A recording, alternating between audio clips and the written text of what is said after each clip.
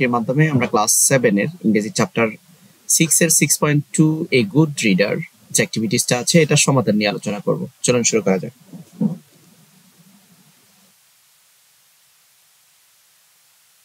প্রথমে আমরা ইনস্ট্রাকশনটা দেখে নিব। এখানে বলছে time to know some new words, read the word in column A and their meaning in column B.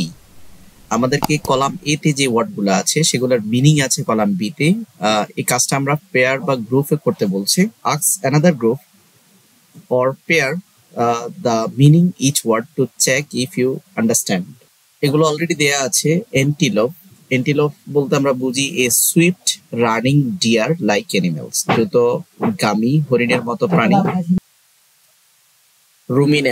রুমিনেন্ট বলতে আমরা বুঝি an animal that brings back food from its stomach and seal.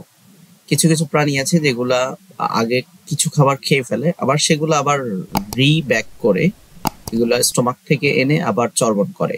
It অ্যাগেইনস like a cow, যেটা আমরা কাউয়ের মতো দেখতে পাচ্ছি। এই ধরনের প্রাণীকে আমরা রুমিনেন্ট বলে থাকি। ইউরেশিয়া বলতে আমরা বুঝি যে এ combined continent consisting of both Europe and Asia, যেটা ইউরোপ এবং এশিয়াতে গঠিত বা সম্মিলিত দেশগুলোকে আমরা ইউরেশিয়া বলে থাকি। হর্ন বলতে আমরা কি বুঝি? ওয়ান অফ দা হার্ড বোন, যেটা বিভিন্ন এনিমেলের মাথায় থাকে। Bony গ্রোথস on the head of the animals, এটা হচ্ছে কোন প্রাণীর মাথার উপরে যেই শিং থাকে সেটাকে আমরা হর্ন বলি। কাফ বলতে বেবি এন্টিলোপ, এটা হচ্ছে শিশু হরিণ। আর এই হার্ড বলতে হচ্ছে large group of animals of any kind, one kind of lives and moves together, মানে বিভিন্ন ধরনের প্রাণী যারা সম্মিলিতভাবে চলাচল করে বা বসবাস করে। আমরা পাল বা দল বলে থাকি, পশুর দল। তারপরে ট্রি রুটস বলতে আমরা বুঝি part of plants that comes up above the ground when it is just beginning to grow, or are new parts that grow on the existing plants. আমরা part of plants that come up above the ground মানে শিকড় বলে থাকি। Tree roots বলতে আমরা শিকড় বলি, যেটা মাটির নিচ থেকে আসে, অনেক সময় মাটির উপরেও এটা গ্রো করে।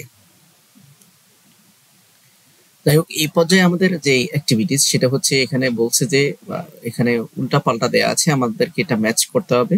তো সাবস্পেসিস বলতে আমরা বুঝি one of the type of particular species, একটা নির্দিষ্ট জাতির প্রজাতিকে আমরা সাবস্পেসিস বলে থাকি।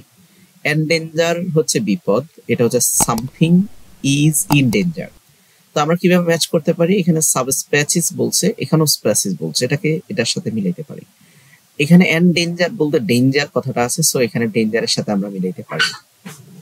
এক্সোটিক বলতে বহিরাগত, এটা very different, strange or unusual, এটা আমরা বলতে পারি। অথবা বইতে দেয়া আছে, যেটা দেয়া আছে এখানে এক্সাক্ট অ্যান্সার কিন্তু দেয়া।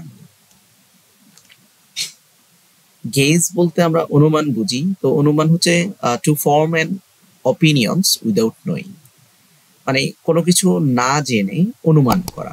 তারপরে প্রিডেটরস বলতে আমরা বুঝি an animals that lives mostly by killing. শিকারী বলছে animal that lives mostly by killing, বিশেষ করে যেমন বাঘ ভাল্লুক, এরা কিন্তু অন্য প্রাণীকে মেরে খেয়ে থাকে, জীবন ধারণ করে থাকে, এটি আদার অ্যানিমেলস।